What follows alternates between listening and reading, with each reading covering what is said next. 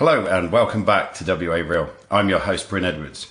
WA Real brings you real and authentic stories from fascinating people here in Western Australia. Stories to inspire you to take action to be all you can be.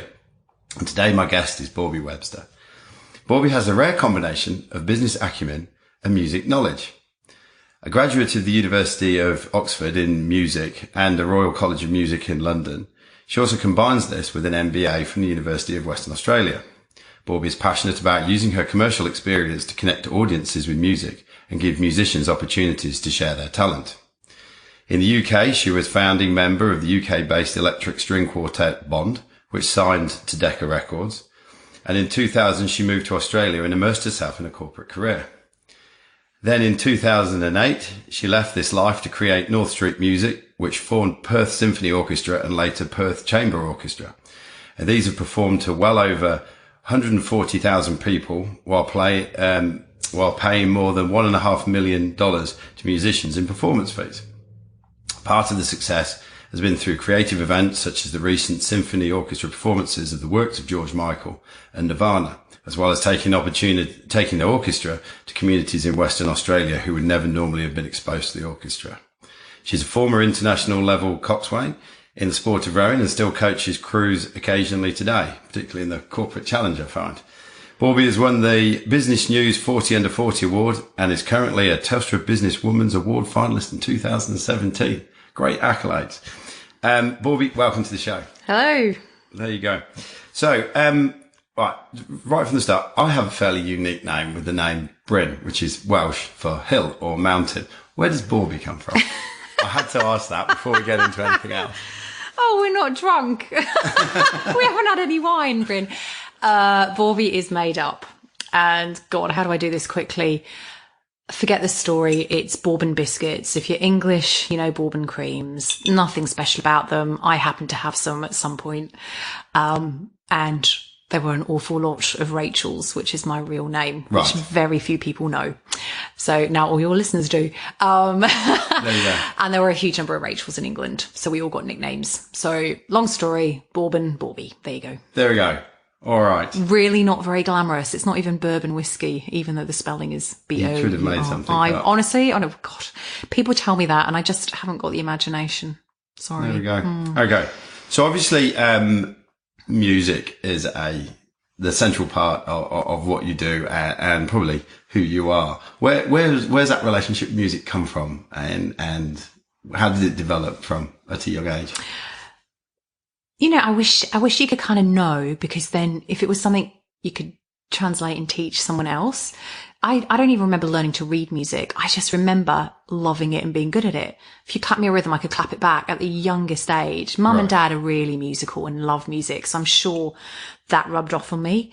But to be honest, I'm quite blind as to how I got into it, why I fell in love with it. I was never in any doubt that music was going to be something I did. I didn't know if I was going to do it for a career, right, but I always remember as a kid, it was the one thing that came easily. I loved it. Right. Singing, performing, dancing. You know, I'd snatch instruments off other kids at school because I knew that I could do it better than them. You know what I mean? It was any instrument. So you come from a musical family. They're not musicians, but they are very musical. So Mum will tinkle at the piano. Dad was a chorister. There was a lot of music in the house. Yeah. So I guess, did you ever go through that sort of archetypal period of your relationship with your parents where it was like, oh, I want to be a musician? And no, you should go and be an accountant or a pharmacist or something. Absolutely not. No, Thank none of that. God. My parents were like, absolutely do what you love. And it's no coincidence, to be honest, all of us actually excel at the one thing that we love. Yes. You know, we might love it because we're good at it. We might love it because the teacher's amazing, whatever. It doesn't really matter what the reason is, but that's the thing you end up doing. So yeah, there was no question. My parents have never once ever said, is that going to pay or is that money? They just literally went, if you want to do it, do it. Excellent. Yeah. And so you were playing multiple instruments during school? I literally would grab anything. So we all had to painfully play the recorder at school. So that was my first instrument. And I did learn to read music on the recorder, but as I say, I can't really remember anyone going, there's an A, there's a B, anything like that. So recorder at school, definitely love percussion. Still, actually, one regret, really should have been a drummer. seriously, Phil Collins, Eat Your Heart Out. I definitely could have done what... Right. I could see myself in his shoes, put it that way. There's a tiny bit of me that just one day might take up the drums. Right. But no, I then learnt the tenor horn, which looks like a pygmy tuba. And that was because a local village had a silver band, and no joke, if an old person got too old to play, their instrument went back in the locker, and whoever was the next young person to join the silver band got that instrument. So you don't get any choice. I joined the week that a tenor horn had been returned by some bloke that was too old to play. Right. And this thing looks like a pygmy tuba. But I suffered real ear problems when I was a kid. And by blowing on this thing, I got really bad earache. Okay. So that then died a death. And then mum and dad had random instruments in the attic from a zither, which is a flat harp you play on a table. Yep. That my sister and I always used to jam on, which I loved. And just random things that we always used to try, and guitar. But they had a violin, and this was something that was difficult, and I wanted to master it. And my school taught violin. So I started out on violin, found it super easy, as in I got so frustrated that we had to play pizzicato for the first 6 weeks. I'm like, why can't I use the bow? So yeah. What pizzicato? It's when you pluck the strings with your fingers. So they didn't let you hold a bow and use a bow on the string for at least your first 6 weeks, which drove me mad because I'd already done loads of practice at home and worked out how to use the bow and wanted to get going on it. But yeah, then got to about 15, and for some reason it wasn't clicking with me. I just wasn't resonating with the violin anymore, and I don't know what it was. And I've never thought I'd give up an instrument, but I really just didn't want to practice anymore and hit a wall. And my incredible viola teacher, there are some defining people we all have in our lives, and Steve Broadbent was one of those for me. He was just a man of passion and music, infectious. And he was like, I'm not letting you give up. You're actually a viola player. You just don't know it. Yes. And I was like, oh, really? What's, And the significant difference between the two? Complete personality change. It's literally, I mean, obviously a viola you hold and play like a violin. It's just significantly bigger and lower. So it's a bigger, you've got to be physically older to play it. Generally, you don't put a 6-year-old on a viola ever. Right. It would always be a violin type thing. But completely different personality. So it's a little bit like rugby and AFL, that they've same shaped ball, men on the team, all run around. Okay. Well, I'm being sexist. There's plenty of brilliant women's teams now, but you know what I mean? As in they're, on one level, they look quite similar. On another, it's a totally different kind of human being that would play rugby versus AFL. Yes. So very different personality types. Violin and violas, we are so different. As soon as I got in the viola section, I'm like, oh, hello, I'm home. Right. This is who I am. Every other viola player I met was a right laugh. Loved sitting the section. So is there a difference in personality types that gravitate to different instruments? Oh, completely. Yeah. So generally you can pick an instrument. Like I'd say you're a trumpet player straight away. Is that right? Oh, completely. Is that right? So like as soon as you meet someone. I actually have a trumpet at home. Oh, there you go. There you go. So for me, there is a personality type generally that comes across. And like, trust me, brass players are very different from woodwind players. From? Woodwind players. Yeah. Who are very different from string players. Right. And double bassists could not be more different from violinists. So, of course, there's individual personalities between each section, but generally, like a rugby type playing guy versus an equestrian woman. Yes. You know. Yes. I see your picture. Yeah. But you'll have to play on the same team. But that's what the insane magic of a symphony orchestra is. That you've got unbelievably diverse people, personalities, pipes scraping, hitting, plucking, and yet this sea of emotion hits you when they collectively come together in this perfection of sound that will spontaneously bring you to tears. I just find that insane. I mean, who the hell invented that? Who the hell invented an orchestra with all these strange squeaking, clacking, whatever noises that can spontaneously make an entire audience burst into tears? To me, that's just the most insane thing on the planet. It is, and we'll dive into that a bit more. So at school, so there was a transition to the viola. Yes. And is that what you continued with through? Oh yeah, the minute when you're a viola player, you sit in the middle, so you're not the bass note that holds the whole ground, and you're not the tune that dances all over the top with incredible technique. You're the warmth that flows into the center of the sound and just makes everyone melt. And I loved that role. I didn't need to be the showy one on the violin. So at this point, you're not playing pieces of music by yourself? You're now part of a group? Most of the time. I mean, clearly when you're a kid and you go through the grades, you're still having to practice on your own. But there was never huge joy in me for that. Music was always collaborative. I had a friend, Louise, who just brilliant musician, gorgeous girl. And we were really close at school. And one day she was like, I'm going to play that too. And I was like, no, it's really difficult. You'll never be able to. Within about 4 weeks of taking it up, she'd already equaled my ability. I was like, damn it. She's really talented. Yeah. And we would buy simple duet books and go to Tinton railway station and play these painful grade 1 duets outside Tinton Steam Railway Station Cafe. And people would put money in our cases. We got real experts, by the way. If you want to know how to busk and make money out of it, come and see me. There are some brilliant tips you can use for getting extra money. But this was back in the day when you'd get 50 pence pocket money a week. And Louise and I were regularly earning £8 in an hour. So we're like, win. This is like when we're 13. And you just get on the bus to the local town and spend it. So Louise and I were like, this is awesome. Yes. So that was hugely like, we'd spend hours after school, you know, voraciously eating our way through duet books of everything we could possibly lay our hands on. And then get tons of money at the weekend. So, you know, like literally when people say, gosh, you know, such discipline required. I mean, yes, I did the hard yards, and I'm one of those people that really had to force myself to practice. Yes. And at the peak, you know, when you're doing 6 hours a day, that took a huge amount of discipline. Right. Wow. Because that didn't come naturally to me. The practice? The practice. So the music kind of came naturally, but the actual practice. The discipline behind it was really tough. So, I mean, I loved music and I just wanted to play, not practice. Right. So at what point were you getting to 6 hours a day? After I graduated from uni, right, I did a very academic degree. Right. When you read music at Oxford, you don't actually have to play an instrument. Okay. It's that completely counterintuitive, academic. Yeah.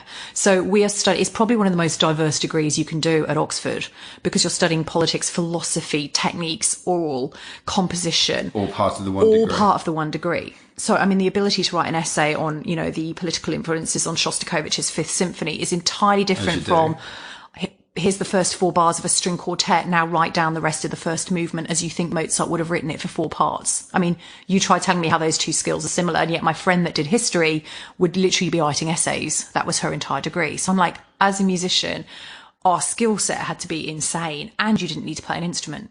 So there was no real emphasis at all on being able to perform. So whilst I played a huge amount at Oxford, Oxford is one of the most vibrant musical universities. I mean, Radiohead came out of Oxford. Yes. You know, out of the 36 colleges that I think there are, I can't remember the exact number, we had something like 20 symphony orchestras, most college. So it seems that a lot of academic people play instruments too, that music goes hand in hand with academia. So it was just, I mean, I could play 4 different symphonies a week. I don't know anywhere else in the world that you can get that kind of intense music experience. So I went to London with a huge amount of repertoire under my belt, huge amount of playing experience, lots of string quartet and chamber music experience, but never having really tested myself as a soloist to go, am I the best I can be on my instrument? So I made the commitment, even though I didn't think I was going to be an orchestral player at that point or make it as a soloist. I wanted to get my playing as far as I possibly could, because I knew there's no way at the age of 40 I'd go back and practice 6 hours a day. Yes. So I just knew I had to do it then. This pursuit of excellence at that point. Yeah. And there's certainly something I've noticed in certain musicians that, yes, this very focused pursuit of excellence. In classical, and this is, you know, I envy rock musicians, because no one gives a shit if you play a wrong chord. It's about the energy and the attitude, and you can twang it and you can sing out a tune. And I'm not saying people don't give a shit. They just will forgive it. And the musician doesn't feel that pressure. They're not standing there with sweaty palms in the wings all the time. They're just getting out there and just performing as much as playing. Right. In classical, people don't even know your name. I mean, you walk out in front of an orchestra, you don't say hello, you don't speak. I mean, this is the tradition of our world. They are there to listen to how every single note is placed and phrased, and whether it's hit hard or hit softly, and how it blends into the next phrase, how every phrase is. So it's perfection. Yes. It is perfection. Not just yours, but everybody. Correct. And so you're in this magnifying glass that is just insane, and that pressure is insane. And so you have to go. Everyone knows the music I'm playing. We play cover songs. You know, classical musicians are the world's best cover musicians. Yeah. You know, all violinists play the same Mozart violin concerto over and over. It's like all singers singing the same Nirvana song. And so when an audience knows a piece that well, and also has a view on how they think it should be played, you're going out there to that level of expectation. Audience, you know, it's You're not quite exactly going for something new, mind-blowing. are you? No. And so because you're playing something that people know backwards, it's your job to not just play it exquisitely, but bring something to the table that no one has ever done before. Right. And put yourself into it. And the only way that you can really start putting yourself into a piece is to have such technical mastery that you don't even think. You don't even think where your fingers are going anymore. That is just so there. All you can think about is the fall and swell of the music and where it's carrying you and your personality into it. So you enter almost like a flow state. Oh, completely. And that's what I found when I started doing 6 hours practice a day. By the 4th hour, I'd lost track of whether I'd had lunch, how many hours I'd been practicing. It's wonderful. It's the first hour was always the toughest. Yes. And after that, you just enter this flow state. Yeah. You stop when your body aches too much. Awesome. Yeah. Awesome. And so you said from Oxford, you went to London. Yes. And that was you were saying to prove yourself. Yeah. I just knew that I wanted to take my playing as far as I could so that at any point, if someone said, do you want to come and jam a piano quintet, I could sit down and nail the viola part. Yeah. And people would want to play with me. Right. Even if I didn't do it as a career. Awesome. Awesome. And then where did that take you? I had a really tumultuous period between sort of uni, violaing and everything else. There was a huge melting pot of stuff happening in my life at that point. So I'd left Oxford having taken up rowing, which I, for some reason, got addicted to. It was a sport that got under my skin. Do you know, my dad, who genuinely isn't the whole, you know, give a big speech when you leave for uni kind of guy. That's not what my dad is at all. But he went to Oxford too. And I think he was incredibly proud that I was going there. Because it's a thing to go to Oxford. Yeah. Not many people get the opportunity it's to go. the #1 university in the world. So it's quite cool to go. I'm sure there's a few people who went to another university that would disagree with you. No, it's being ranked this year. Oh, right. Officially ranked. Anyway, Oxford. Anyway, that aside, don't tell the light blues. Yeah, quite. Yeah. And I will always remember my dad saying, I was terrified when I was there because he never felt, of that level and all that kind of stuff. And my dad just said, I just felt this pressure to study. So every night he's in the library studying. And that's literally half of what Oxford has to offer. I mean, you're there with princes, kings, politicians, neuroscientists, groundbreaking researchers, the best in the world. This university is a melting pot of Shakespearean plays, medieval music, you know, insane sports, original sports that aren't played anywhere else in the world anymore. Like Oxford is just this ridiculous, it's like living on a film set. Yes. And my dad just went, if there's one thing I can tell you is not make the mistake that I did, which is overstudy, go out there and try everything Oxford offers. So I wanted to do stuff at Oxford that when you go to a British comprehensive school in the middle of whoop that literally offers 2 sports, netball or hockey. It's not like, do you want to try sailing? Do you want to, it's not like the private schools with their insane opportunities. Yeah. I went to Oxford and went, this rowing thing, it's very Oxford. I mean, I watched the boat race on television. I was like, I'm going to try this. And I made friends with some girls in week 1. Who were all super fit. Bear in mind, I was not a super fit human being at all. Sport was not my thing at school. Music was. And they all joined up and put down that they would just do however many sessions it took. And I joined up going, because you had to say whether you wanted to train 12 times a week, 8 times a week, or twice a week. So I put twice a week. And all my friends were in the 12 times a week category. And I was like, oh, that's crap. And after 2 weeks, I missed them because I was in this boat and I could see them going up and down the river already looking good. And my boat was still looking like an octopus. So I was rowing at this point. Yeah. So I went to talk to the coach and went, can I step up? Like, if there's any room in that crew, I'm prepared to train a bit more. I want to be with my friends. And he went, we've actually just had someone pull out. They've already, hit the wall with 12 sessions a week. So I found myself doing 12, it's an insane number of sessions as a non-fit, non-athletic person just to be with my friends in this rowing crew. And the rowing coach was cute, if all be told. Yeah. And my college was known for rowing. I was at Somerville, which is the last female college. Actually wrong. St. Hilda's was still female, but Somerville was literally just ending its female reign and boys were coming in next year. But we were what's called head of the river, which basically meant we were the best female rowing crew in Oxford. So to be part of that kind of insane spirit, I'd never experienced that in my life. My school wasn't a competitive school. No one was ever pressured. There were no superstars. There were no rugby heroes, nothing. And to be at a college that has an insane pride in something it does well, you want to be part of that success. And so I loved it and I fell for the sport, and there's nothing more beautiful than being on the water at 6 o'clock in the mist and the sun rising and that sense of rhythm in a boat. I found it very musical. I was going to say, there seems to be parallels between the two in terms of the level of training, the pursuit of excellence, one person performing well, but in unison with everybody else. And then you've mentioned the rhythm of the boat. It's funny you say that. My mum and dad always go, I have no idea where you get your drive from. Because, my parents, they work bloody hard and they're absolutely gorgeous, but it was never instilled to be the best. My parents weren't those parents that were pushers at all. They opened doors and left me opportunities. But I became really, I don't know if competitive is the right word, but certainly determined to be the best I could be or succeed at anything I tried. Yeah. Yeah. Awesome. So then you said you've gone to London and there's a tumultuous time. Sorry, yeah. So I got to London, rowing was under my skin. So I was like, I really want to keep rowing and pursue this. But I was like, damn it, but I've enrolled in music college and I really want to pursue that. Yes. And I had to save money. So I'd basically wait. This is the Royal College of Music. So I then. Waited until I'd finished Oxford to audition for the Royal College, because trying to audition for the Royal College and get my playing up to scratch to get in the middle of trying to sit finals at Oxford, when I can't begin to tell you how academically intense Oxford is and how the volume of work you have to complete on top of rowing at, 12 sessions a week. So, I'd got a sponsorship from a accounting firm for my boat club for Somerville, because I became the boat club captain. And the CEO of the company went, well, what are you going to do in London for a year while you're waiting for your course to start? Because I'd got in and I said, well, I'm actually not coming to London. I'm just going to stay at home, practice and get a part-time job to save up for when I do go to London next year. And he's like, no, come to London, work for us. You just tell me what hours you want to work. We'll find you a place. I'm like, it's an accounting firm. I've just done a music degree. What the hell do I know? But they shoved me in their marketing department. They had a brilliant business group called Arts and Heritage, applying for lottery grants on behalf of clients.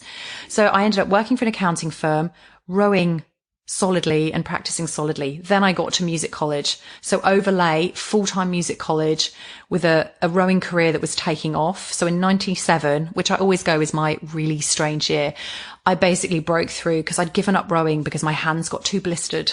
Yes. So my only way of staying in the sport was to take up coxing. So I then had to take up long distance running to lose 20 kilos to become a stick. Oh, right. To be light enough to cost. Yeah. And get my hands back in shape so I could physically play well enough to practice for 6 hours a day without all my calluses cracking. So in 97, I suddenly found that I'd actually done really well at coxing and I loved it and ended up rowing in some amazing boats. And I ended up trying out for the British Olympic team for the Sydney Olympics in 2000. Right. So I'm training at insane hours and driving out to Henley from London, which is an hour and a half commute, getting back by 11 a.m., getting to the accounting firm, doing 3 to 4 hours work at 4 p.m, starting practice till 10 o'clock at night and repeat. So I had this... 7 days a week? Yeah. So I had this ridiculous routine. And then at music college, there was a poster on the wall saying wanted 2 violins, viola, cello, ring Rob. And I'd already got a string quartet that was playing on top of the pops and stuff like this because I'd had a string quartet at Oxford and I organised concerts and lunchtimes recitals for us. So it wasn't a stress for me to organise a concert.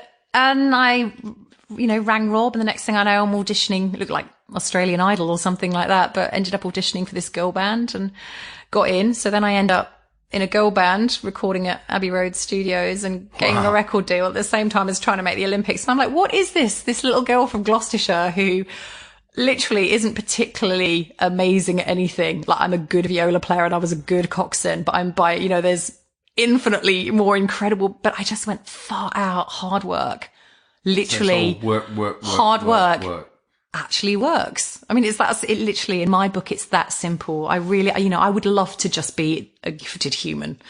I have to work at everything I do. Well, it'd be nice to not have to do 6 hours practice a day and be brilliant. Or have to, or have to be naturally skinny so I could just cox, not have to run every day for an hour as well on top of everything else I was doing. And I look back on that and think, bloody hell, I was nuts. I'd never do that now. I'd never be starving myself and running and coxing and practicing. And I would never do that again. I'd never put myself through that. Yes. So now you're in this band. Yes. On top of everything else. So essentially. And this is Bond? Yes. Yeah. So that started to grow. It was really intermittent. I it was really eye-opening, as you know, no one kind of can tell you what a band is like until you're in one. And ours, I think every band is unique as to how they start, how their career takes off, how they get together. Are you playing your own music, or are you being handed stuff, or are you playing classical stuff? What were you playing? It's funny because everyone said, you know, it was classical crossover. We're playing contemporary music. The only thing that makes us classical is the fact we've got a violin in our hand. Right. So if I play a song by Nirvana, does that make me classical? I don't think so. Right. So I would contest that it was a classical band.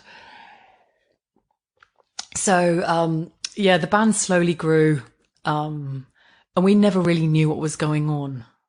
In what way? As in, the guy who put us together, who's I have a lot of respect for. I mean, he was, you know, in my mind, the grandfather of the music industry in the UK. You know, he worked with so many major artists and promoted them. And I think in some ways Bond was potentially a retirement project for him. You know, he was having some fun putting something together. Who was this? His name is called Mel Bush. Right. Yeah, and he's not well known at all. Like, if you Google him, you can't really find him. And yet he's been so instrumental. Or put it this way, that's what he told us. And yes. I believe him. You know, he was a really genuine human and extremely wise, and wanted to put a music project together of girls. He'd had huge success with a crossover violinist called Vanessa May. Right. Who was an Asian, brilliant, phenomenal player who played electric violin. And Mel created that, said, well, you know, get rid of the wooden one, play the electric one, and let's play produced, more contemporary tracks. And Vanessa took off and sold millions. And obviously girl bands were the thing of the 90s, the All Saints, the Spice Girls, Atomic Kitten. Atomic Kitten actually did their showcase to the record labels in the next door room to us. I clearly remember that day because their manager was late back from lunch. The girls were locked out of their studio and the record labels were there going, well, if we don't get into the studio and you sing for us, then we're just going home and your record deal's over. You know, you're not going to get a deal.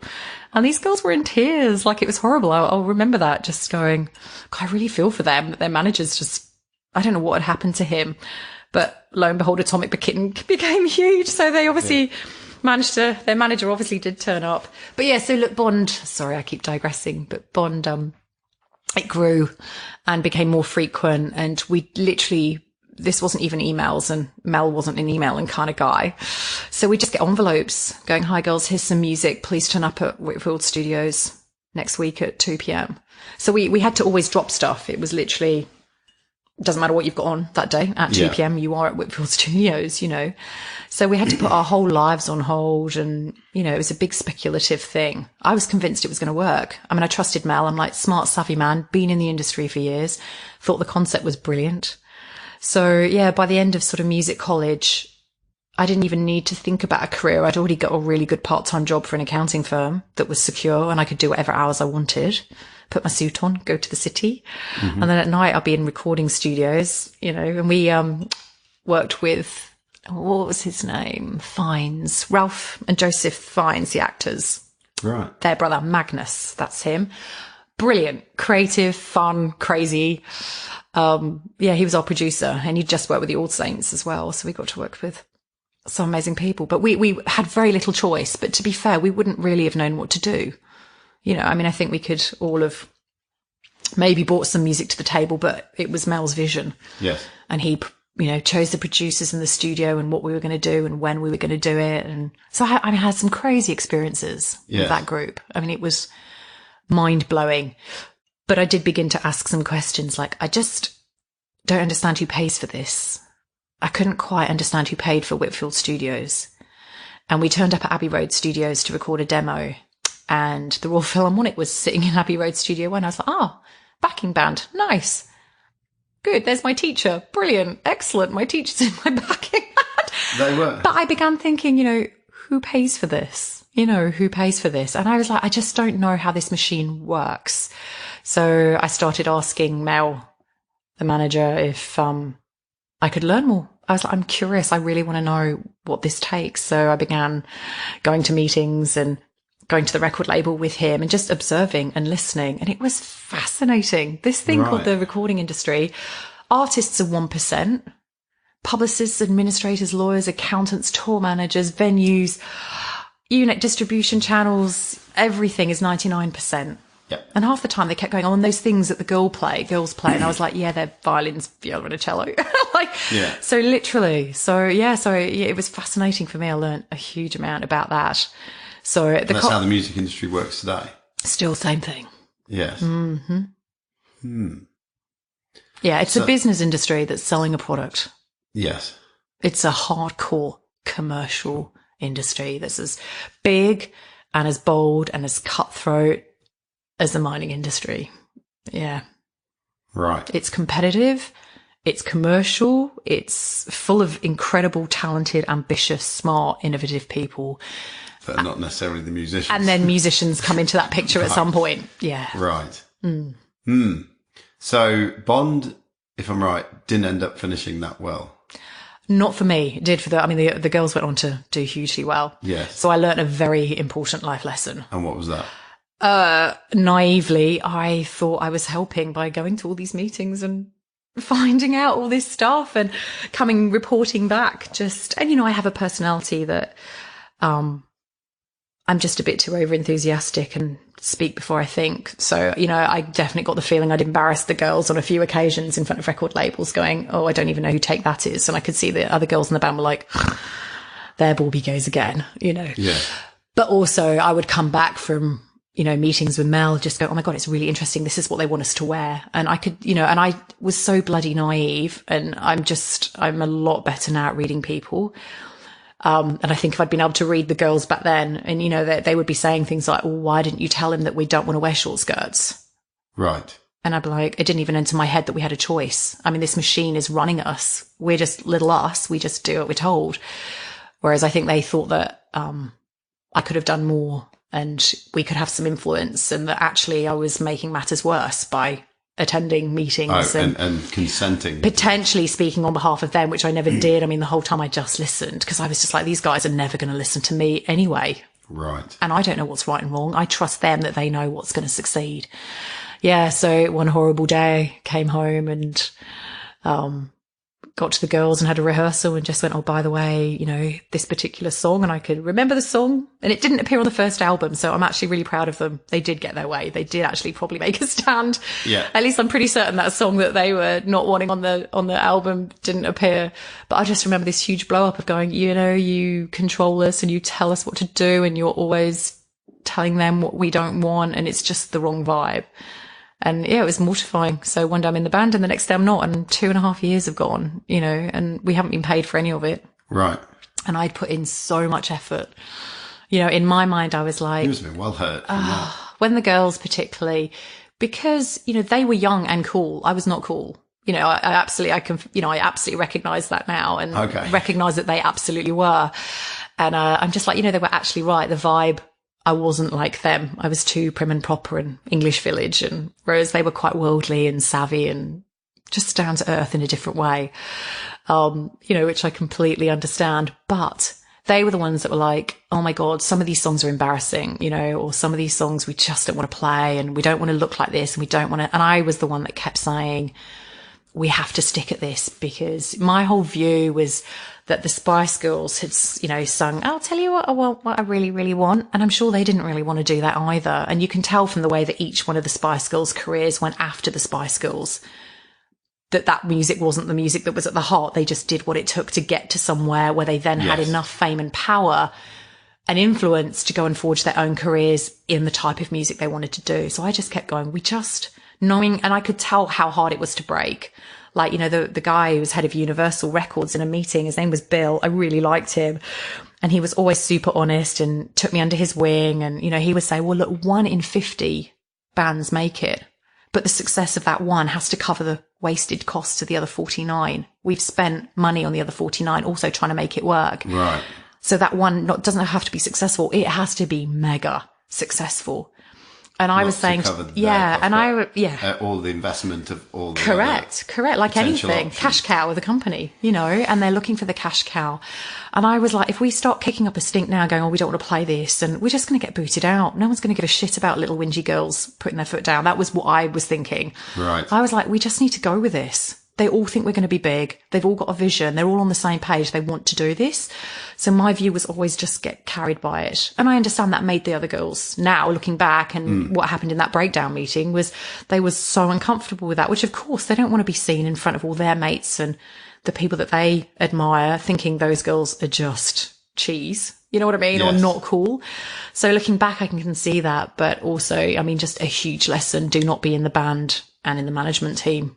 You know what I mean? Don't be on the footy field and have a door in the management office. You know, you just can't do that. If you're a team, you're equal and no one knows more than anyone, and you all equally represent yourself to management. And so I find it really hard to play in the orchestra now, even though I would die to play in this beautiful, amazing thing called Perth Symphony Orchestra. Yes. I find it really hard to do that. I feel really conscious and guilty and bad for the other musicians. I don't know if they look at me going, you're spying, and you know, all those Bond memories come back going, don't do it, don't be in the orchestra and guide it. How long did it take you to get over that experience? Oh, I haven't. Oh, you haven't. Because when in life you put your heart and soul into something, and I did it there was no malicious intent ever. Do you know what I mean? Like, there was not 1 ounce of me that wanted to do anything that would hurt those other members or compromise them. I just wanted us, like everything else, I wanted it to work. You just wanted to trust in the process and go with the process. And I just could understand the process. Mm-hmm.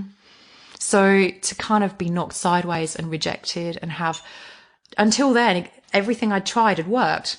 If I run my arse off, I get really slim and cox really every day and listen to every coach and spend time in the dinghies with Olympic coaches, and then I'll make the Olympics. If I practice my viola really hard, if I turn up to every rehearsal, if I'll study super hard, I'll get to Oxford, and all of these things I could make happen. Yes. And then here's this one thing. You're doing the same thing. That I'm like, I'm going to just try really hard, and I just really want this to work. And I just realized you can't. There are things outside your control. And that's still devastating.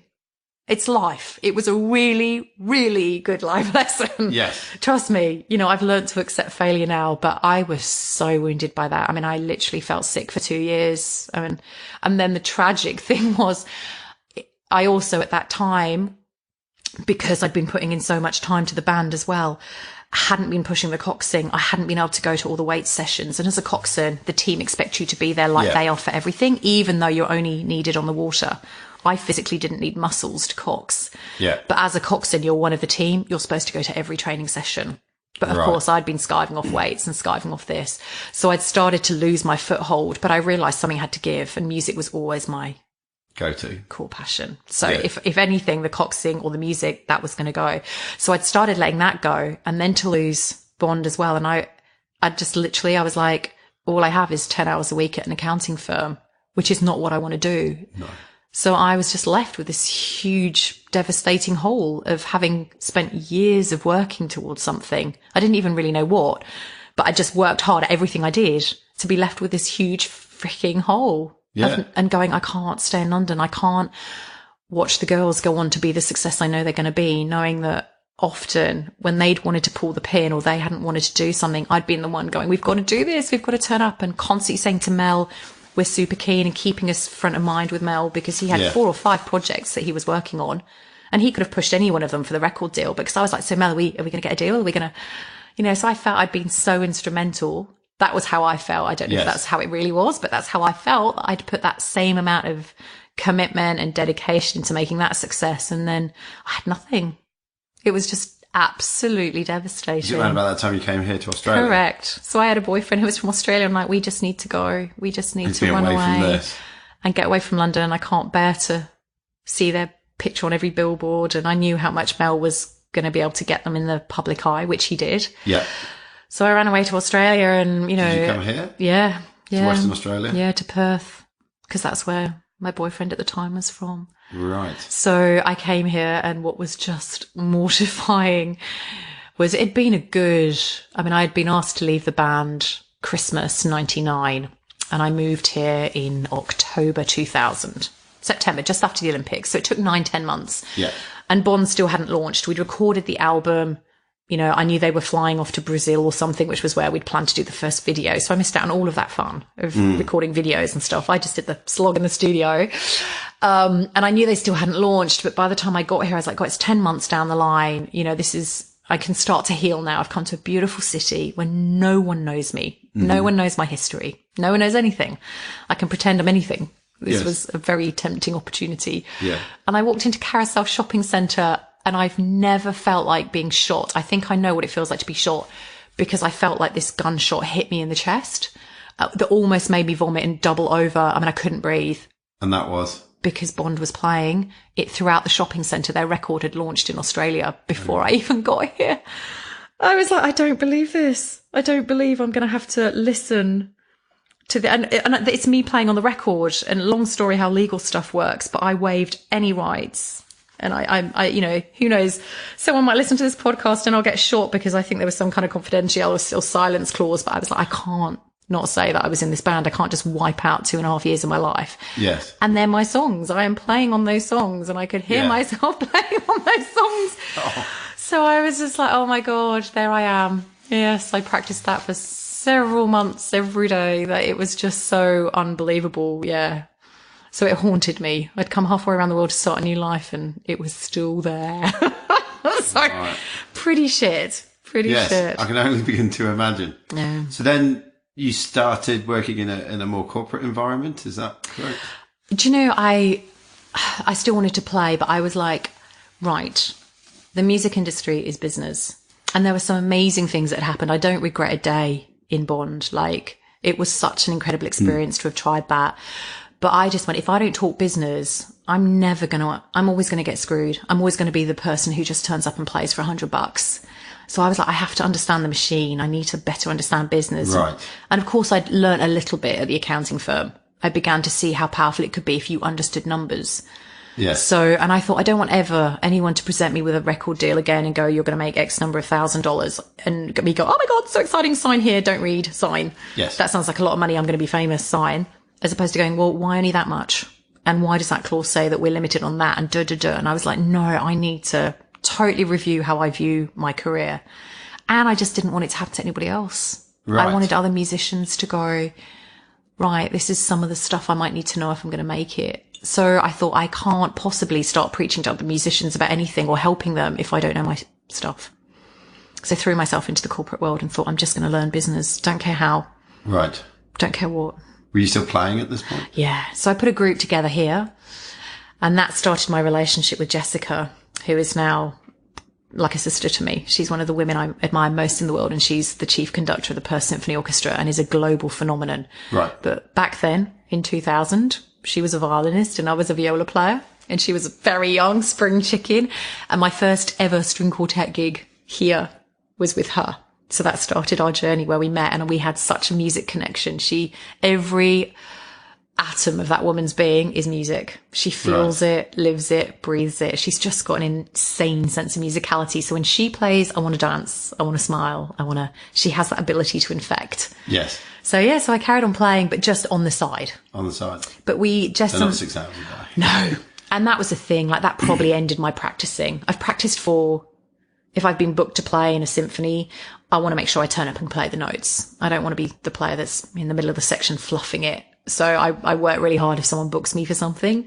Yeah. I sort of have pride in turning up playing it. But no, Jess was fascinated at this whole Bond thing, because obviously she knew who Bond was because they were here in Australia. Yeah. And she was like, I want to do this. Like, you and I should do something. We should do something where we actually bring in violins to the fore. And Jess is a performer. She's not just a player. I think there's a distinct difference between people who play music and people who perform. Right. So what's the difference? There's just a whole dimension to it that isn't just that perfection playing. It's the whole charisma. So a Kurt Cobain who can't even sing in tune, and yet people want to see him perform. Yeah. So there's so much more to it. It's not just about, does he have a great voice? Can Jess play the violin? It's like, she's captivating on stage. Right. So we both wanted an opportunity to get up out of our chairs and kick our music stands out of the way and still entertain people, really, with both how we moved, not just by how we played. So we put a band together called Bourby, which was originally called Savannah, but then we discovered how trademark and copyright law works, not in our favour. So that's another story. But Bourby is B-O for Bourby, J-E for Jessica, and M-E for Emma, who was our cellist. And the three of us put Bourby together. We did we supported Simply Red at the Lewin concert. We played on ground at Subiaco Oval in the Western Forces' first rugby season to 45,000 people. We flew to Singapore. Yeah, we did some awesome things, but all the while I had a full-on corporate career, full-time job. And what were you doing? I ended up as head of business development for a global consulting engineering firm that's, at the time, it's now a transportation focus, but specialised in water and wastewater. So I would go to sludge farms and find out fascinating things like cows were becoming infertile or something like that because they're eating grass that's had human sludge put on it. And because humans take the contraceptive pill and it's in their human waste, when it gets spread on the fields and the grass grows, the cows then eat that. And it was impacting cows' fertility. I was like, wow. I am just amazing that I'm learning this. Isn't life vivid? I was just like... Oh. From potential rock star. Yeah. Meanwhile, the Bond girls were touring the world and like I was seeing pictures of them with Pierce Brosnan and I'm learning about human excrement and how it... Anyway, so I was like, wow, how far have I come? But I think engineers are remarkable people. I learned a huge amount in terms of thinking in a much more processed way and logical and order and all this kind of stuff that my brain wouldn't normally do, and learning to work with them and the amazing stuff that engineering does in the world was still exciting for me. But I really value every company that gave me a job between 2000 and 2007, which was my corporate bit. Because I learnt so much and I came out of there with an MBA and business skills and having worked on major deals and understanding far more about this thing called the corporate world. Right. So was there a end in mind to this period, or did you just get to a point of saying enough's enough? No, always wanted to go back to music and actually just went, oh my goodness me, I've spent far too long away from music. Yeah. When did that realization come? Basically, my partner, who'd become my husband, and we broke up in Sydney. So we'd moved to Sydney for his job, and I was flying back here to play with Bojam whilst heading up business development for this firm based in Sydney. But flying to Brisbane and Melbourne and back to Perth and all over. So when that relationship ended, that was a watershed moment. Going, right, so it's just me. And I was like, if I'm going to take a hit financially and dump my 6-figure salary and start a company and live on fresh air until I work out how I'm going to make it work, now is the time. Because all I had to support was me, and I was quite prepared to eat baked beans out of a tin every night if that's what it took. So I would have felt so, not guilty, but, you know, my ex and I were equal partners. You know, we contribute to the mortgage, we contribute to everything. So if I'd not been able to do that, that would have been too indulgent in my mind. Right. To actually just go, babe, do you mind if I just give up my job and you pay for everything and I'm just going to experiment with a music career? Whereas when I was on my own, nothing to lose, no one else to upset, no one else to let down. Only after the relationship breakup, correct, you decided that's when I was going. And I knew anyway, I was getting really disillusioned. With the corporate career? Yeah. Not because of their fault at all. As I say, everyone I met was hugely inspiring, but my friend Pauline, who's a filmmaker in Sydney, she gave me these 2 books. One was orange and one was green. One had B on the cover and one had do on the cover. And, you know, the do one was like, do you sit at home and have a list of things to do and think, bugger, I'll just watch TV and I'll do this tomorrow? And I'm like, no, if I have a list of things to do, I'm up doing it. You know, like I didn't have an issue with doing, but I had a real issue with being. It was like, do you ever just sit there and reflect on what you've done? And I was like, no, never. I'm too busy doing to think about it. Yes. And it was quite a profound moment for me, going, actually, things could be quite different if I thought through them more. Right. A lot. If you just sat still. Still. And one of the things in the B book, and I have no idea who wrote them or where to find them. I just remember one was bright orange and one was bright green. If anyone knows where, please let me know. But the thing about the B book was, it said, if someone was to write something on your tombstone right now, would you be proud of it? So Bourby Webster was a great business development manager for an engineering firm. And I was like, yeah, no, what does that mean? What difference have I actually made? Right. And I thought, I want someone to write on my headstone, she made a difference in people's lives, or she left a legacy, or she influenced people, or she helped people, something that wasn't just about me doing a good job and earning some money. So I was like, right, I've got to rewrite my tombstone. So my B book was the one that influenced me. Right.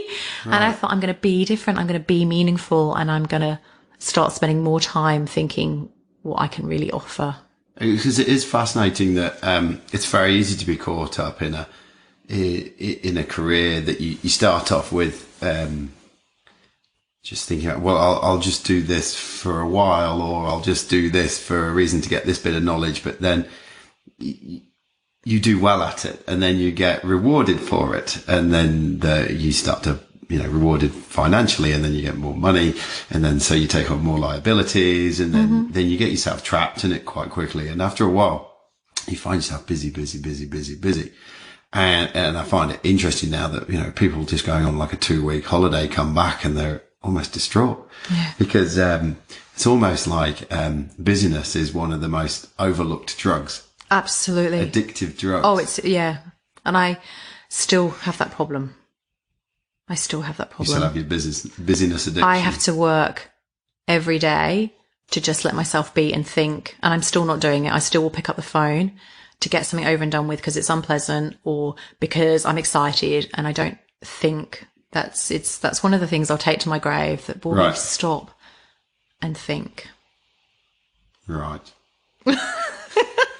So we've left the corporate career. Mm-hmm. So that in the end didn't end up being as difficult as you thought it would be. No, it was total freedom. It was like the wind in my hair. It was the best thing the minute I left.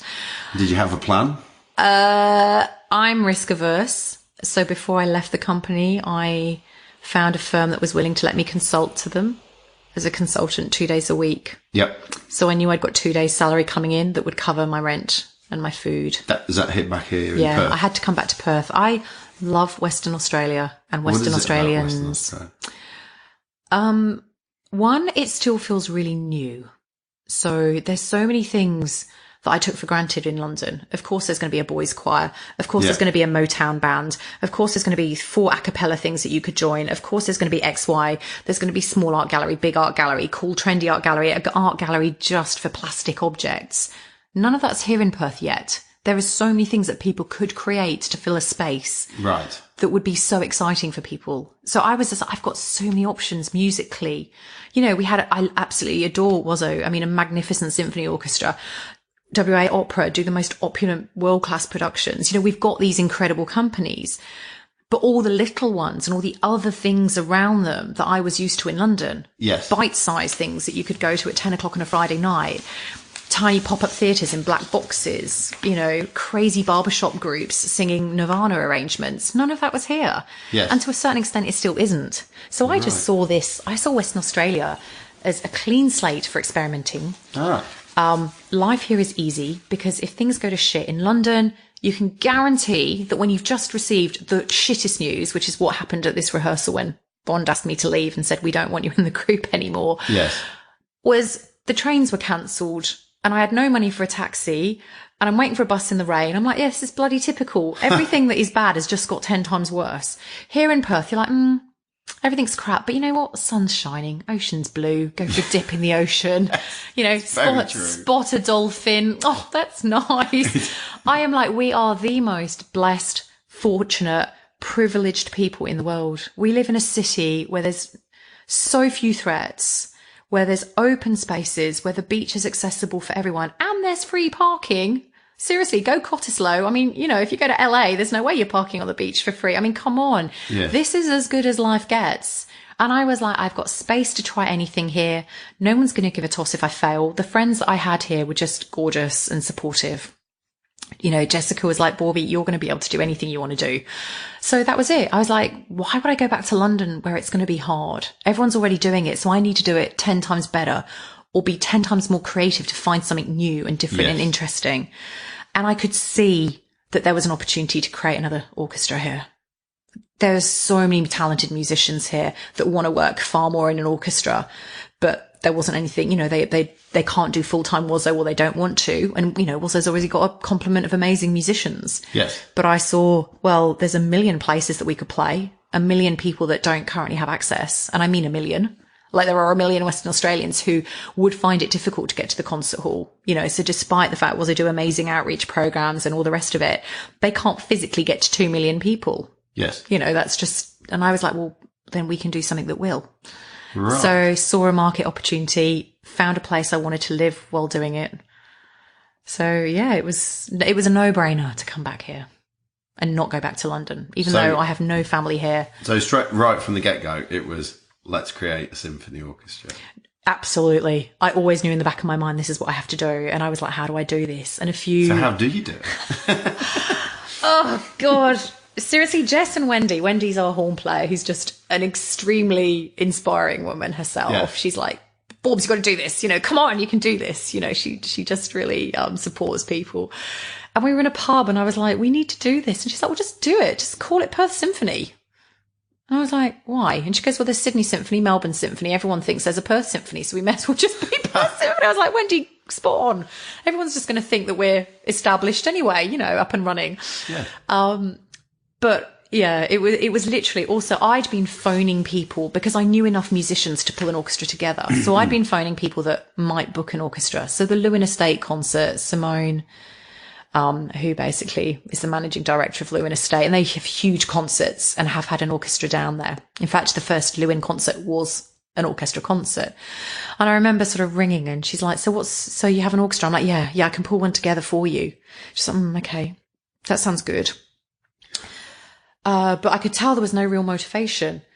And yet as soon as I run an orchestra, it's called Perth Symphony, everyone wanted to book it. It just became real. It became a thing. It had a name. It grew a life of its own. And this is what I mean about WA. People really want to give you a go. They're like, come on, you can do this. Give it a go. Yes. I'm going to give it a go. That kind of attitude of shrug your shoulders, can only fail. And I love that about Australia.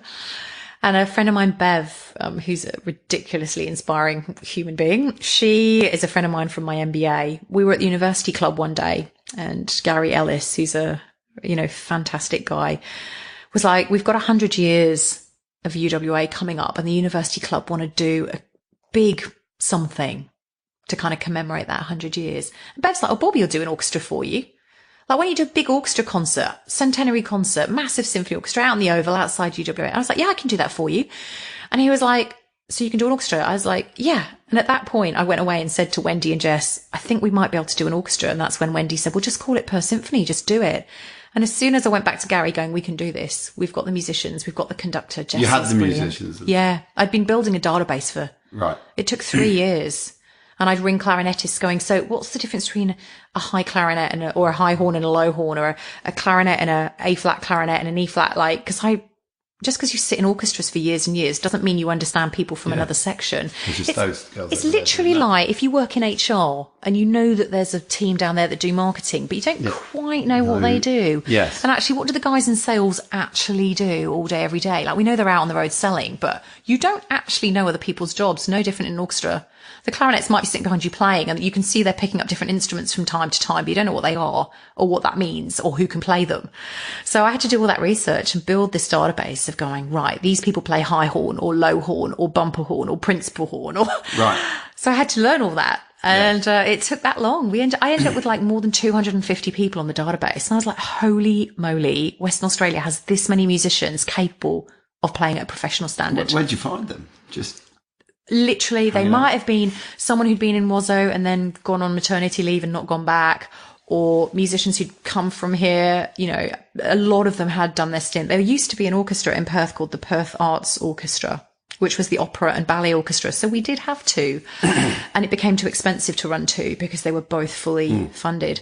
So a lot of people had auditioned and flown around from Australia to come and play in that orchestra, just like they do with Wazo, a West Australian symphony. So there were a lot of musicians that were still here from then, had built a life here, lost their job as orchestral players, but were teaching and doing all the freelance stuff. So I was like, well, we just need to bring them all together now and make that happen. So Gary at the University Club, we had a person who was willing to hire us. I had to do a hell of a lot of work. I was like, where are we going to get the timpani from? And what do we need to actually do this? So it was a huge learning curve. I mean, the closest I'd come to running an orchestra was sitting in the viola seat. And let me tell you, credit to all admin teams of all orchestras around the world. There's so much more to it. The library side is fascinating. The That's libraries. trying to find 22 pieces of music, know the publisher that's got them, find the orchestration to make sure that you've booked the right players to be able to play those pieces. 22 pieces arrive, 76 separate parts. Some of them we have to print off, which could be 5 separate pieces of paper, and woe betide you if you stick the third bassoon part to the second clarinet part, you know, like. Yeah, that's not cool. It's I mean, you should have seen my house. There was not a bare piece of floor because the entire folders and the entire pieces of music. And when they come back, if you send an incomplete set of parts back to the publisher, you get huge fines. So you've got to just count them all back in, and you have to know if the piccolo part's missing from piece number 18. I mean, it was so laborious and so enormous, and it still is. Right. So, you know, anyone who wants to become a music librarian, you are unbelievably brilliant, and please let me know, because it's one of the biggest jobs. Yes. Yeah, it's insane. So you have this database of people. Mm-hmm. You have this first booking. Mm-hmm. How do you convert potential into actuality? Well, seeing the orchestra come together on stage, it was almost spontaneous in tears kind of moment when we'd literally booked all these musicians to come together and called them Perth Symphony Orchestra, and we're rehearsing for this centenary concert at the University Club. And how many weeks of rehearsal? Oh, not many at all. I mean, this is the reality of professional playing. You get 2 rehearsals and you're on. Oh, well, as a group? Yes. Wow. So you do a huge amount of work, and the orchestra come together at the end. So all of the planning, all of the music, all of the soloists, all of the behind the scenes stuff, stage plots, how many chairs we need, booking trucks, not harp transportation, piano transportation, stage size, you know, how many pegs hold down the stage, what's the orientation of the stage. Hours of planning goes into every performance, and then the orchestra turn up and sit there and do their thing magically. And I now know I've done my job well if the orchestra literally can turn up and play. Right. In great conditions. They can see properly, they can hear properly. And look, I don't always get it right because we break the rules as an orchestra. We play in places and spaces you'd never normally find us. It is never a straightforward, nice concert hall with a beautiful acoustic and perfect air conditioning and perfect temperature. So let me get this straight. You hire these guys, they turn up and they practice twice? Yeah. But they are that trained. Yeah. That they just come together. They've got approximately 2 million hours practice between them. So yes, they've all done what I did, the 6 hours a day for X number of years, and plenty of them still practice at that level. So if I said to you, like you started the interview reading, you know, my blurb, which is hilarious. Hearing someone read something about yourself is quite weird. It's literally like them doing that. They're trained to read, and not just read, but interpret, perform, emotionally, listen to everyone else around them, play with, respond, play under, play over, watch the conductor, and this whole thing moves like an ocean in perfect sync, and they're constantly using every sense available to them to adapt, adjust, change, move, and breathe. Wow. So, and they're under huge pressure. They might have huge solos and they're reading these notes, which is quite complex. So imagine if I'd said to you, I want you to read Latin and fluently and this speed, and without making one mistake. Yes. You're on. Your mind is working at 1,000,000 miles an hour in that situation to not screw up. Yes. So that's what it's like for them. Wow. Yeah. So after that concert, Simone from Lewin was there, and she came up and went, we need an orchestra for the Lewin concert in you were away. 2 months time. And we were away. People started booking us. And I could have done it 4 years prior. I mean, well, not 4 years. It would have been 2 years prior. I could have done it prior. But I just didn't realize how important saying something existed was. Instead of telling people this can exist, I can do it if you need me to. Yes. When I said it exists, it's called Perth Symphony Orchestra. We'd still never played. We'd never had a rehearsal, but simply saying it existed, it's like popcorn. Bang. Everyone's like, okay, we'll book you.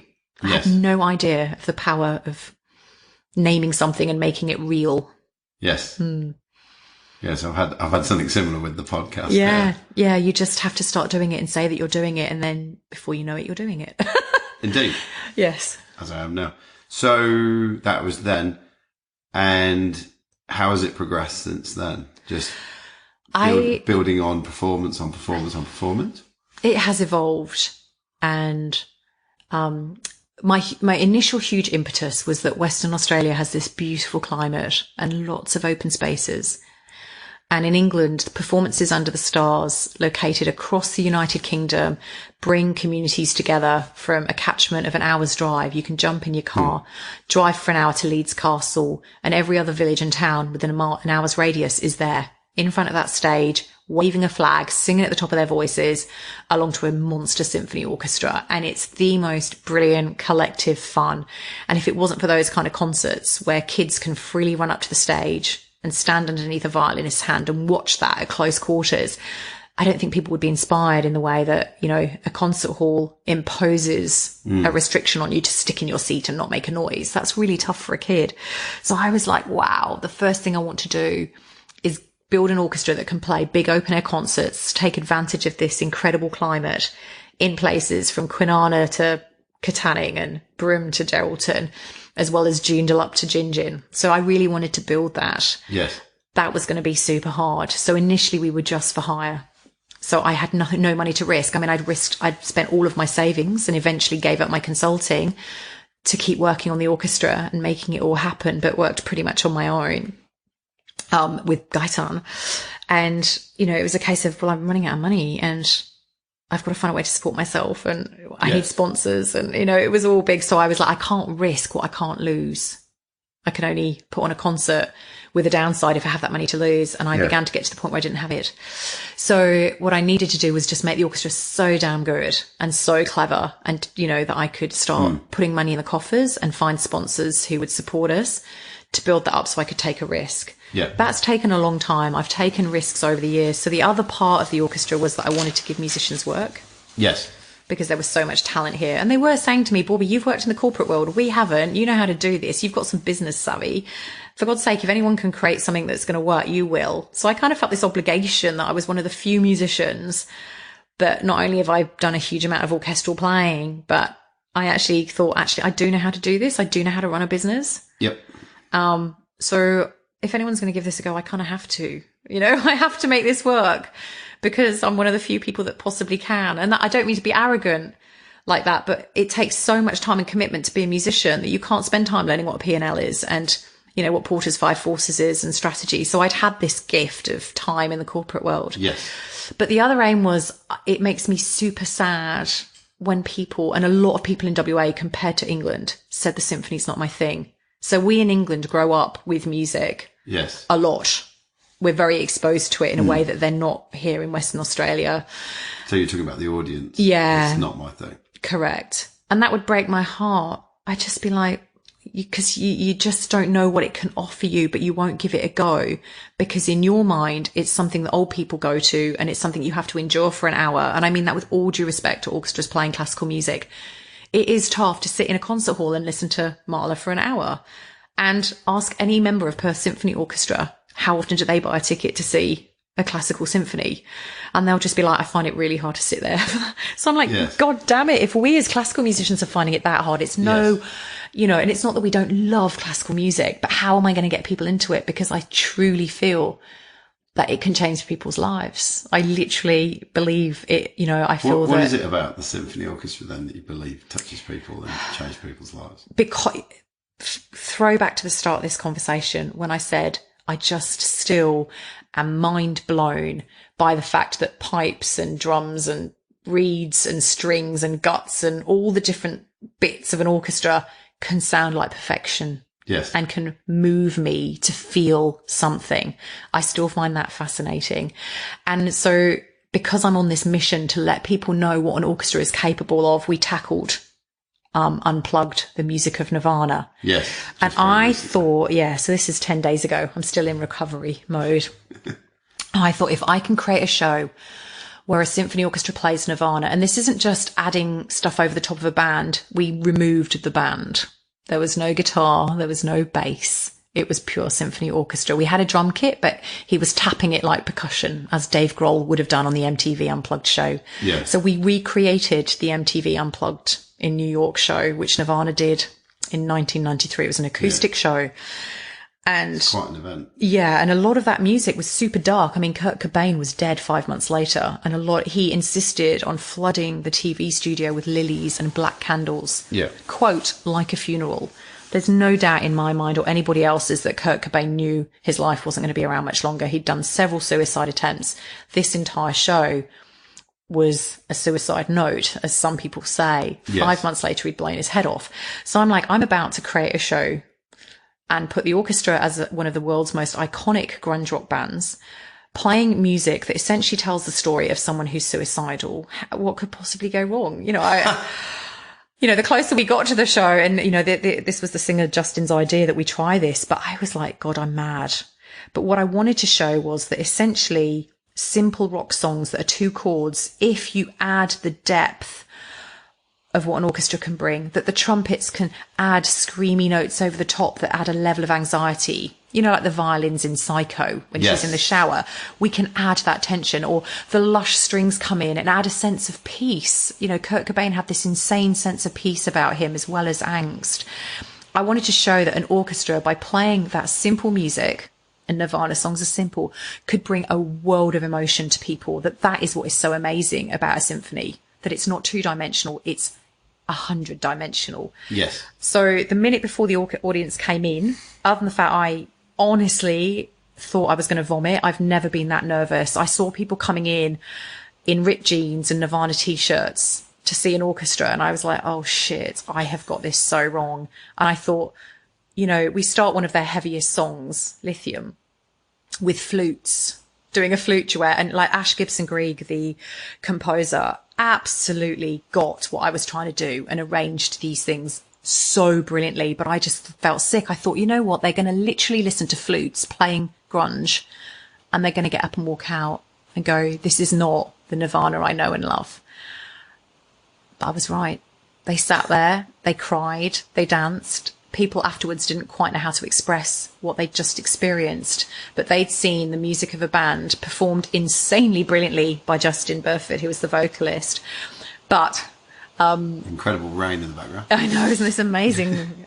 All that beautiful sunshine I spoke about in Western Australia sounds like blooming Merseyside. Anyway, no, go on. But yeah, the orchestra, it did what I knew it can do, and our musicians just layered up that sound and took people on that emotional journey, thus demonstrating to an audience new to the symphony that a symphony has a power over people that so few things in this world do. It's an incredible, it's an incredible epicenter of vibration. It's created sound. Yes. And nowadays we spend a lot of time listening to music through MP3s, which is very compressed, very watered down. We barely even listen to CDs, which have the original sort of .wav, which is full range of sound. Yeah. We have it all condensed down, so it's nice and neat. It sits on our iPhone, and it's just enough for us to listen to. Yeah. I'm no sound technician, but if my knowledge is correct, so you got just enough. Yet you go and sit in front of a symphony orchestra, you've just got a whole epicenter of vibration that's coming out. Absolutely. You know, even from a physics point of view, you're just creating all this vibration which is coming through people. It can't not do something. Absolutely. And you're talking bang on some of the stuff I say. We had our chamber orchestra rehearsing in the music room at Scotch. So we have a cupboard at Scotch College, which we're very grateful for, where the orchestra's based. And we were rehearsing our chamber orchestra, which is a much smaller group, upstairs in the music room. Now, Scotch music room has got walls lined with guitars and percussion instruments, and a grand piano is sitting there, and a drum kit and congas and marimbas are all surrounding us. And the orchestra is playing Vivaldi, and every instrument is buzzing and playing harmonics. And our concertmaster, Paul, is like, can we stop these things from vibrating? Because even off a few instruments, and it's because guitars are hollow, but we as humans are also cavities. Yes. And we, in our way, would vibrate like those instruments. And that's why live music physically touches you, and we resonate with it. And it has this unbelievable impact on us that can make us burst out laughing, can make us feel, instantly bring us to tears. Instantly. Yes. And it has, we recently did a TED talk. I got phoned by SciTech, and this is what's so unbelievable about my job. Every day is like, here's another insane opportunity to do something insane with music and talented people and connect with an audience. Yes. And change them. And I love that. I love that it's constantly changing people, and it's changing me. And I got this phone call. We did this brilliant talk, amazing scientists, Andrew and Alan, that we worked with, Music and the Brain. And Alan's research is phenomenal. And what he was saying is that essentially, if I sang you a nursery rhyme Bryn, you and I probably know similar ones because we're Yes. both English. Yeah. You'd probably be able to finish it, and yet you probably don't remember any poetry that you studied at school.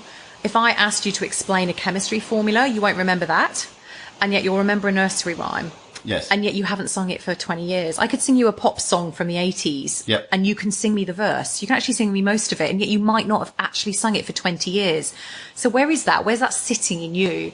And they've discovered that your music memory is the last part of your memory to go. It's also the most powerful, and it's inexplicable as to why we can retain language if it's accompanied by music. But it helps us vividly recall, remember, move, feel. So you can hear a piece of music you heard at uni and instantly you're back on the bus. Yes. It takes you back to places. You can even see what friends are wearing. It's in the most insane recall. And that power to connect us to who we've been, to connect us to people in our past, to connect us to, people we haven't thought about for years and years, but had a special place and recall them through music is beyond powerful. It means that we connect with our history.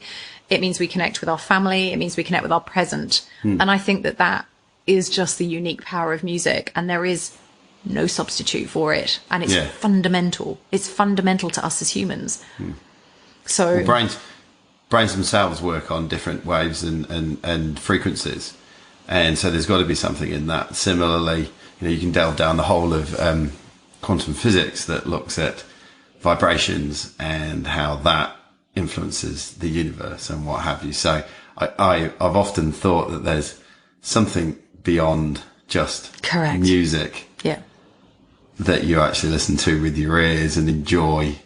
There's a reason that way back with Plato and, Sophocles and all of these original incredible thinkers and people from our past, that maths, science and music were the core subjects. Yes. There's no coincidence. That's the foundation of all contemporary learning and history and philosophy. Now we just think it's a luxury. And if a primary school teacher, gets the chance to teach kids music for an hour a week, it's kind of superfluous, nice to have. Yes. I could not disagree more powerfully that I am who I am and everything I do because I've had music in my life. And I feel if more people had that and could connect with it, their lives would be incredibly different and enriched, and they would be capable of doing more and thinking more creatively and being more innovative and just having a different kind of life. It's that fundamental to me. Yes. So the more people I can permeate, and literally, and I've reflected on this. This is my aspiration of more being, more reflection. Okay. That if my tombstone could say that as a result of stuff that Bourby did, 2% more West Australians immerse themselves in music and classical music and were able to do something because of it, then tick the bloody box, because 2% is huge. Yes. So, that's my mission, is that I want to reach lots of people, and not just with Nirvana, but if I have to do 20,000 people, isn't it? if I have to, but get them into it, get them to really engage, not just have a one-off experience, go, I'm going to put more music in my life. I'm going to go more regularly. I'm going to participate. I'm going to go sing in a choir. I'm going to encourage my kids to learn. I'm going to take up an instrument and feel that flow that we discussed. Sing more in the shower. Everything. Put your car stereo on, open your windows and start singing. And I guarantee, literally, if you're ever feeling shit, sing your favorite songs for 20 minutes and tell me if you're still crying at the end of it and you still feel shit. I promise you. Yes. I literally think it's that simple. For anyone studying, suffering from chronic depression, sing. Yes. Sing and sing loudly. Choose something upbeat. Yeah, because your whole body will reverberate. No. Yeah, maybe not Nick Cave. But even then, even Nick Cave, there's a therapeutic purging that happens, even singing that. Yes. That making your body resonate like an instrument, as it would do when you're listening to an orchestra, will profoundly change where you're at in that moment. And it is unequivocal. So I hope I can get a small percentage of the people that experience PSO, and our musicians are gifted. Yes. And want to be able to change people's lives. They don't just want to play for the sake of playing. They want to play to get a response. That if I can get them from Nirvana to something sublimely beautiful, from Debussy to Rachmaninoff to Vivaldi, score, tick. Excellent. Big tick, Bourby. So how are you going to do that? We're doing it. Day by day, inch by inch. We, and Belinda, who works with me in my office. Maybe we should lead with the health benefits. I know, honestly. Belinda, who works with me, who literally has built the orchestra as much as I have over the past 3 years, like her work is just unbelievable. She was like, Bourby, this is my favourite comment. After the Nirvana show, one person had said, I came to see your George Michael show and now your Nirvana show. So good on her, George Michael to Nirvana. And she said, until those 2 shows, I'd never seen an orchestra before and I didn't think I'd like it. I am so wrong. From now on, you've changed my world. I'm in. Excellent. So there's one of my 20,000. It's really hard for me. It's really hard for me to measure. I don't know how I'm going to measure this 20,000. And, you know, my board set me that challenge. Or, you know, how am I going to prove that I've got 2% of the population into orchestras? I'm like, it's just going to come from the more, you know, well, actually on one level, you know, we turned over 1.1 million last year and we've had one small, you know, and I thank the government for the $10,000 grant we got over a year ago, but we've had one $10,000 grant from the government. That's it. Yes. I can only grow to that size and make that amount of money coming in and pay the amount of money I do to musicians if we're good and if people are buying tickets. So the fact that we are growing and people are asking us to come and play for them is surely demonstrating that people are wanting an orchestra and more and more. So if I can do that, if I can somehow do that, then I'll be pretty proud. Yeah. It's got any other exciting projects for the future? Do you know, we've had an explosion. We're going from George Michael to Nirvana. Well, where are we now? Do you know, I Please just... don't say take that. No, well, no, okay, close. I have... No disrespect to take that. No, but I have an insane desire. And look, I can't just be... You know what? I run an orchestra. I can go, actually, we're going to do this. I can actually make that call. Hey, I run a podcast and I come and meet the people who I want true, to meet. Good point. So there is a bit of that, but I mean, I value my team as well. So, yes. Oh my God, the world's our oyster. We could do the Ramones, you know, the Doors. I'd love to explore Radiohead because they're so musically deep and rich. I love Madonna. Her songs are so varied. Kylie and Madonna would actually make brilliant orchestral shows. I mean, look, all of those. I actually really want to do large scale classical pieces, but that I present them like rock concerts. And there are an awful lot of pieces in classical that are rock. Yes. So, you know, I'm looking at how I could do something like Holst's Planets, but like no one's ever done it, where you feel like you're in space and you're seeing planets and you're breathing gas and but you are walking on a star cloud and the feeling of that orchestra's hitting you and the sheer magnitude of Jupiter and the power of Mars and the quirkiness of Pluto. All of these incredible pieces are coming at you where science meets philosophy meets music in some crazy concert. And if I can get as many people to buy a ticket to the planets as I can to a Nirvana, happy Bourby, utopia, tick. I'll just go, okay, now I'm doing what I really want to be doing and I'm doing it right. Excellent. So follow the journey. Indeed. See if I do this. See if I could stuff it up. I could play Take That and lose all our, Take That and lose all our fans. There we go. Awesome. Normally I would, at this point, ask you what success looks like for Bourby, but I think we've got a very clear idea of what the future looks like. Outside of the orchestra and working behind it, what do you do to keep yourself grounded? Think about what I need to do to keep myself grounded. Look, I'm a passionate cook. Yes. I love to cook. And Gaison, my partner, is the most extraordinary human I've ever met. He's every day with him is different. So I spend time doing whatever with him, whether it's a sunset walk or something crazy. You know, he's up for trying stuff. I go to a lot of concerts too. I too love to experience live music. Yes. And I love seeing young people play. I love seeing that raw talent where someone's voice or guitar or violin is just so organically brilliant, effortlessly brilliant. I find that hugely exciting and that's a brilliant way for me to relax. So whilst it's still work, it's not work. Yeah. So cooking, reading, spending time with Gaison. But there's not a lot of time for that because Perth Symphony's a bit huge. A bit huge and a bit encompassing. Yeah. Awesome. If you could go back, this will be interesting. If you could go back right to the start of, let's say, your time before you went to Oxford University and give that Bourby some advice, what would it be?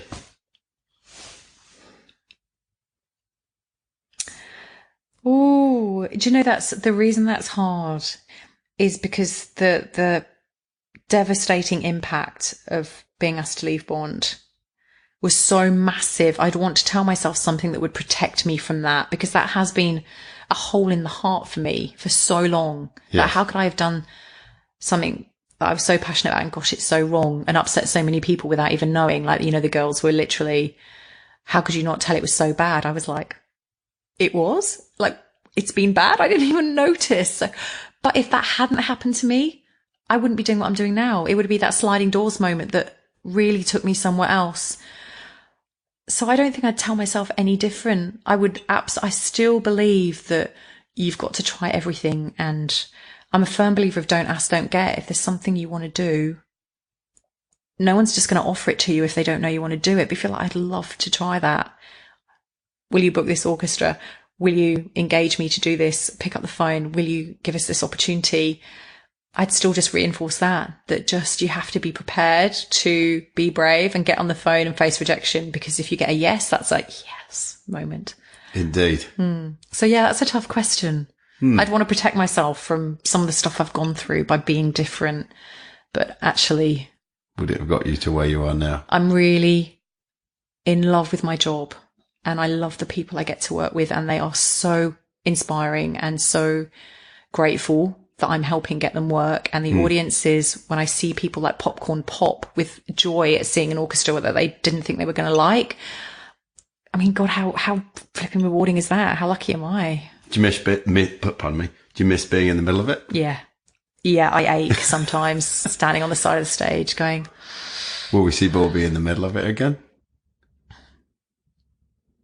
God damn it, yeah. Yeah. There'll be... How much practice do you do nowadays? When was the last time you picked up an instrument? On Saturday. Right. Played a gig on Saturday. So I still play. Yes. Yeah, I still play. Just keep your hand in. Yeah. And it gives me so much pleasure still. Making music with other people, and this is in cultures all over the world. If you take away everything from a person's life, you can go to the poorest community in India. Yes. And they will be sitting cross-legged on a rug making music together. It is singularly the most enriching thing. People are rich when they play music together. End of. Yes. End of. And I find that, yeah, it's awesome still playing. I will never stop playing. Excellent. Excellent. Well, this has been an amazing experience being able to talk to you and listen to this story. The journey has been something else. The passion has been something else. And then to actually, talk about the effect of actually sitting there and listening to an orchestra and I'm really quite touched and feel quite privileged to have listened to the story. So thank you very much, Bourby. Well, it's so strange to actually sit and go from start to finish with someone. I'm like, cool, right, that has been quite a journey, hasn't it? Yeah. No, thank you so much. And thank you to any of the listeners out there who have listened to all of this. I feel 100% sure you will have got stacks out of this and tons to think about. And I sincerely hope you'll be being down the door to get a ticket to the next performance of Perth Symphony Orchestra. Oh, one last question. You talk about taking it to different places. Have we got any interesting locations in mind in the future in Western Australia? I've got some places I would absolutely love to play, whether we actually can get away with it. There's a basement car park in Fremantle that I think is uber cool, that I just have this fixation of playing Sibelius in a car park. Don't ask me why. But actually, some of the locations that we are heading to for the first time over the next 5 months, which is our summer, we're going to be playing for communities in Kwinana, Rockingham, hopefully Serpentine, Jarrahdale, some places Brilliant. Under the stars, surrounded by WA at its best with eucalyptus trees and jarrah trees. And to me, taking the orchestra to those situations where you've got something that's normally so pristine in a concert hall being so part of nature and playing for people, that's awesome. Excellent. Yeah. And how can people find out about where you're playing? Everything's always on our website, perthsymphony.com. Yeah. Awesome.